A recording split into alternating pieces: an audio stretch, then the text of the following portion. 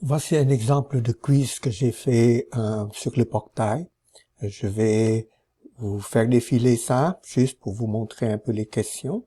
Ensuite, je vais vous montrer la correction, c'est-à-dire que comment est-ce que j'ai complété ces questions-là.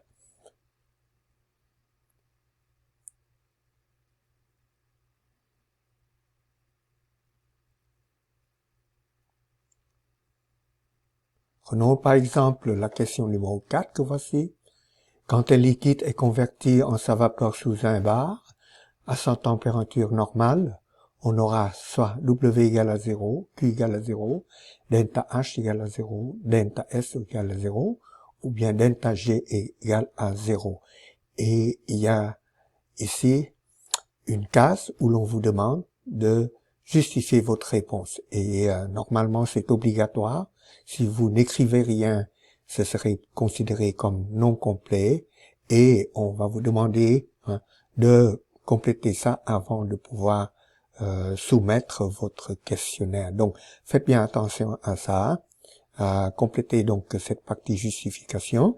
Il se peut que la question ne demande pas vraiment de juste, je veux dire, il se peut que les réponses vous semblent tellement évidentes que ça ne demande pas de justification, hein, mais c'est recommandé que vous donnez votre justification tout de même, car dans ce cas-là, si jamais vous avez coché la mauvaise réponse ou bien vous vous êtes trompé, etc., la justification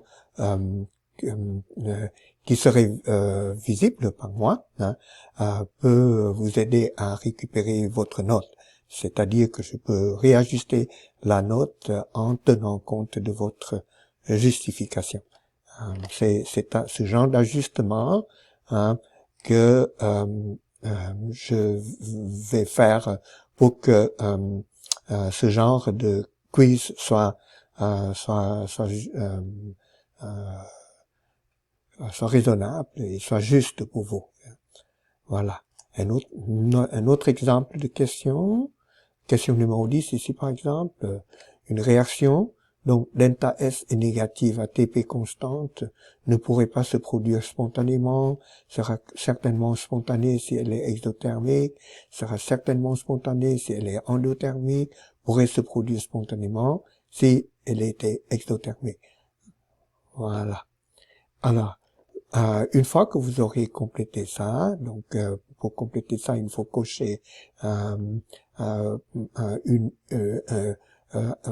des questions qui vous sont présentées et donner la justification. Et ensuite, vous cliquez sur suivant.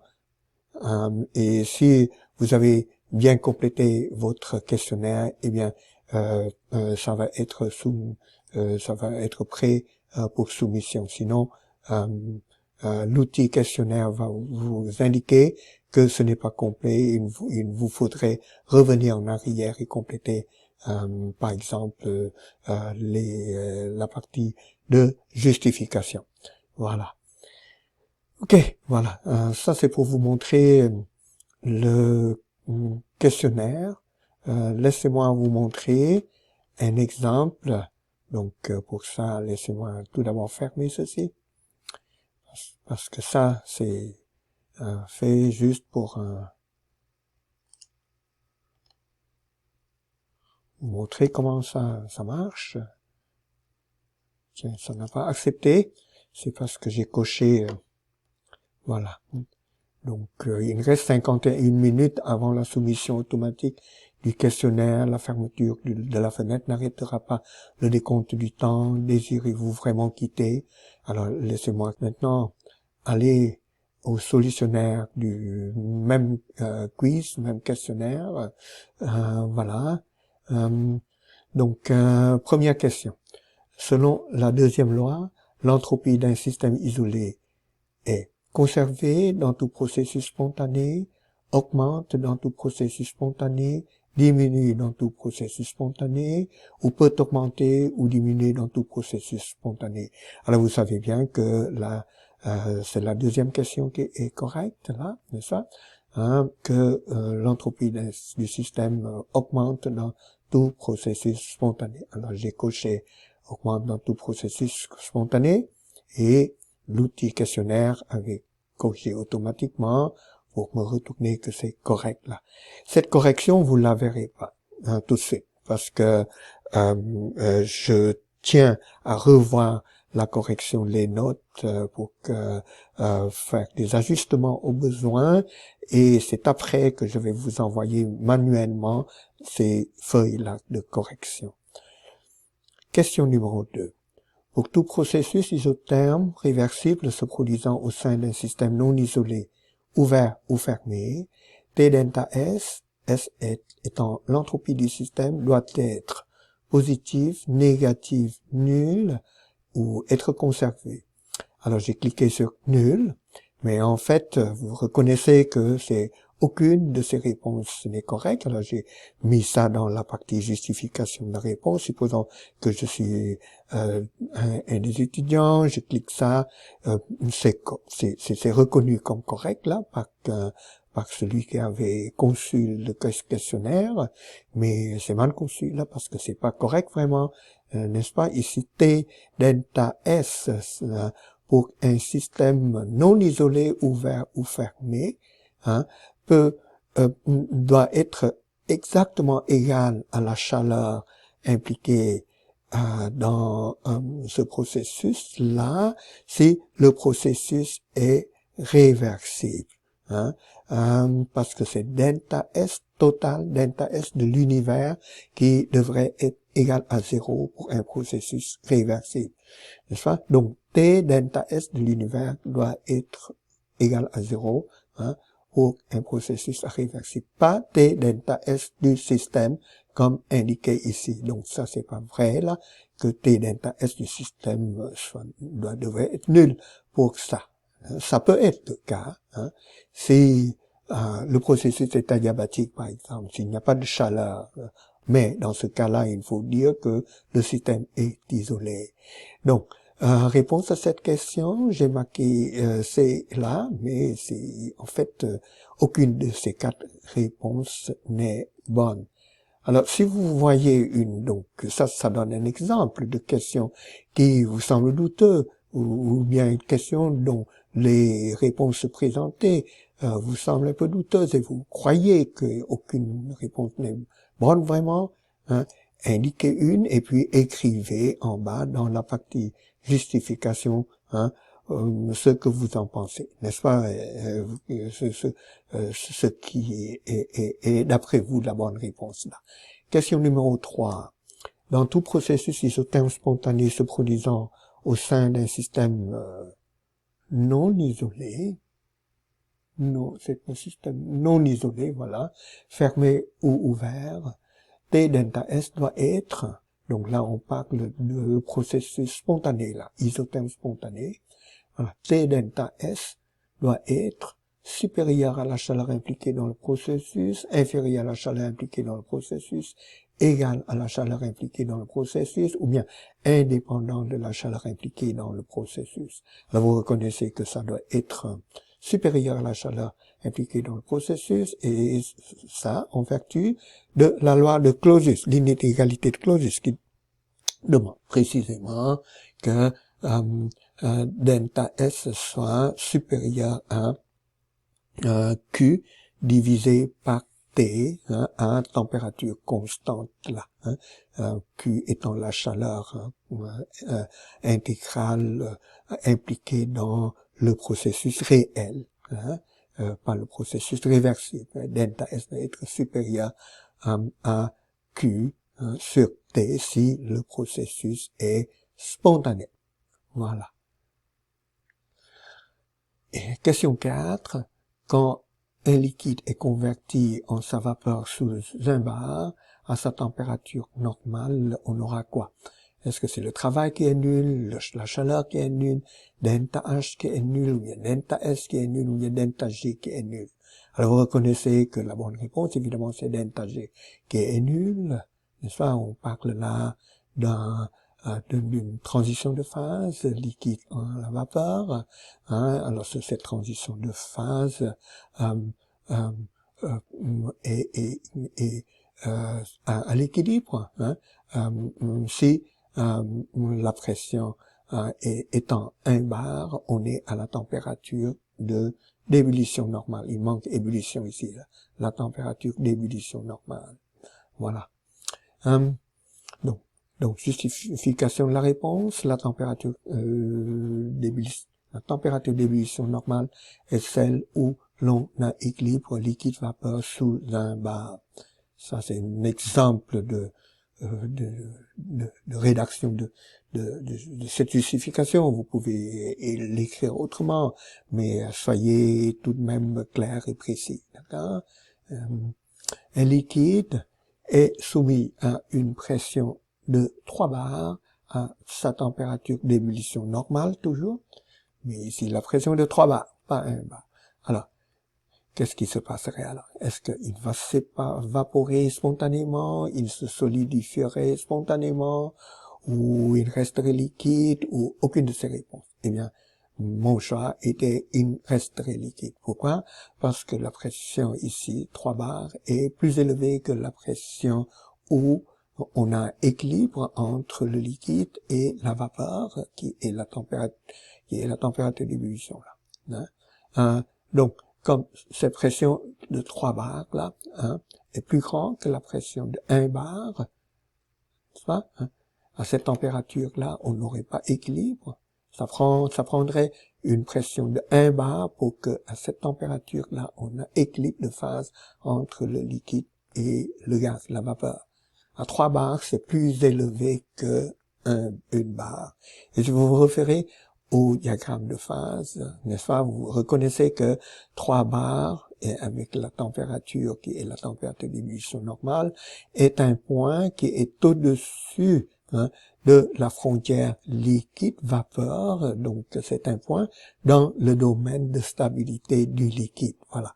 Donc, ça, c'est la bonne réponse et la justification est ça, là. P égale à 3 bars, T égale à la température d'ébullition normale, qui est la température où on aurait équilibre à 1 bar, est un point dans le domaine de stabilité du liquide. Question 6. Une substance A est moins dense en phase solide qu'en phase liquide. À la température du point triple, sous une pression 2 fois plus élevée que celle du point triple, A existera comme un solide, comme un liquide, comme un gaz, à la fois comme un solide, un liquide et un gaz, c'est-à-dire que l'on aurait équilibre de phase entre les 3 phases, quoi. Alors, c'est quoi le bon choix? Eh bien, le bon choix que j'ai indiqué ici, c'est comme un liquide. Pourquoi? Parce que si A est moins dense en phase solide qu'en phase liquide, ça veut dire que le volume molaire de la phase solide est plus grand que le volume molaire de la phase liquide. Donc, on est dans cette situation que vous connaissez bien. Vous rappelez-vous de ça, là. C'est ce qu'on appelait situation ou bien diagramme de phase anormale, situation anormale, cas anormal plutôt, voilà. Alors dans ce cas anormal-là, le diagramme de phase aurait une frontière solide liquide qui aurait une pente négative, donc qui fait que en partant du point triple, cette frontière solide liquide de pente négative va être inclinée vers la gauche et donc à la température du point triple et T triple. Si on augmente la pression jusqu'à 2 fois la pression du point triple, n'est-ce pas, on tomberait dans le domaine de stabilité du liquide. Voilà, c'est expliqué ici. Situation anormale, la frontière solide-liquide a une pente négative et le point spécifié est dans le domaine de stabilité du liquide. Question 7. Deux corps incompressibles sont mis en contact dans une enceinte isolée. Le corps A a une capacité calorifique, un volume constant de 20 joules par Kelvin et était à 283 Kelvin. Le corps B à CV égale à 10 joules par Kelvin était à une température de 300 Kelvin et on vous dit que la température du corps A varie de plus 5 Kelvin.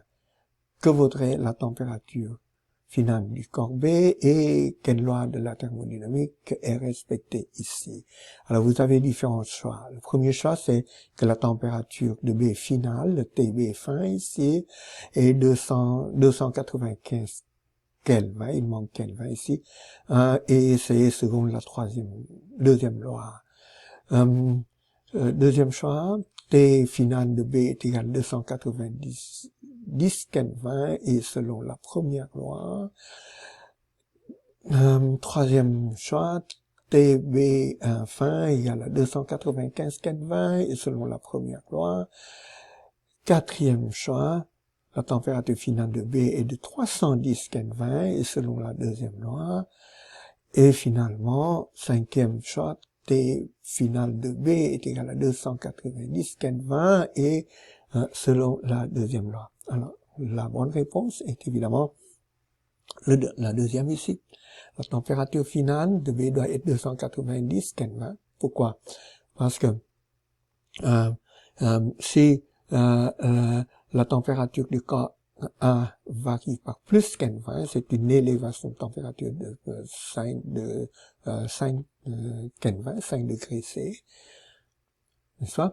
Avec une capacité calorifique, CV égale à 20 joules par Kelvin, n'est-ce pas que la chaleur échangée par le gaz entre les deux corps là, est égale à, ou plutôt la chaleur échangée par le corps A, est égale à CV fois 5 Kelvin, ça donne donc 100 joules, n'est-ce pas? Et comme les deux corps sont en contact dans une enceinte isolée, n'est-ce pas? La chaleur totale, Q totale, là, qui est la somme des deux chaleurs de A et de B, doit être égale à 0. La chaleur du corps B, c'est sa capacité calorifique, qui est ce CV là, 10 joules par Kelvin, fois l'élévation de température, ou bien la variation de température inconnue que vous devez déterminer. D'accord? Et vous voyez que, avec une élévation de température de moins 10, variation de température de moins 10 Kelvin, on aurait, QB, la chaleur du corps B, qui est donnée par moins 100 joules, tandis que celle du corps A serait plus 100 joules, et la somme des deux, c'est exactement égal à 0. Donc, on satisfait bien à la première loi de la thermostat. Donc, la température finale de B doit être, n'est-ce pas, 290 Kelvin, 300 Kelvin moins 10 Kelvin, 290 Kelvin, qui est ce choix-là. Et tout ça était obtenu simplement sur la base de la première loi. On n'a pas utilisé la deuxième loi ici. Question 8. L'échange de chaleur entre les deux corps A et B de la question précédente, tel que l'on l'avait décrit là, avec le corps A qui se réchauffe de 5 K, le corps B qui se refroidit de 10 K, 10 Kelvin, voilà, et qui est bien conforme à la première loi. Alors cet échange de chaleur entre les deux corps A et B, est-ce que ça va se produire naturellement? Est-ce que ça se produirait pas naturellement? Et ce, selon quelle loi? Première loi ici, se produirait naturellement selon la deuxième loi, etc. Et donc vous savez que c'est cette réponse-là qui est correcte. Ça, voilà. Question 9. Un gaz ne peut pas se détendre contre une pression externe supérieure à sa pression initiale.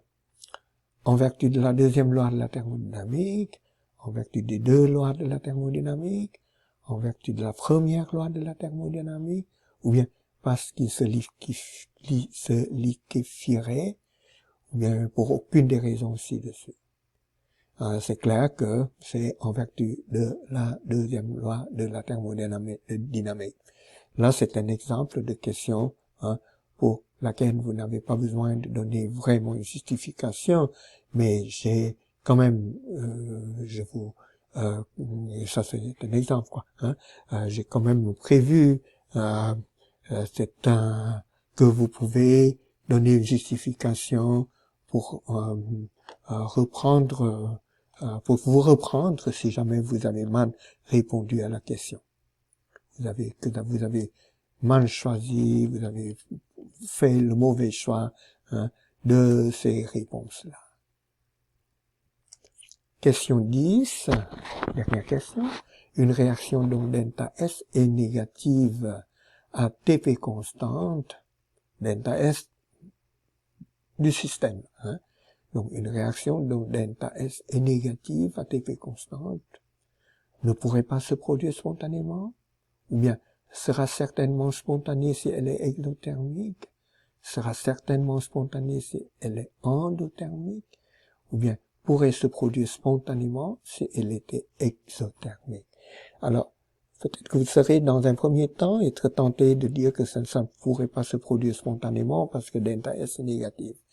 Mais là, vous vous serez trompé parce qu'on parle là non pas du delta S de l'univers, mais delta S du système seulement.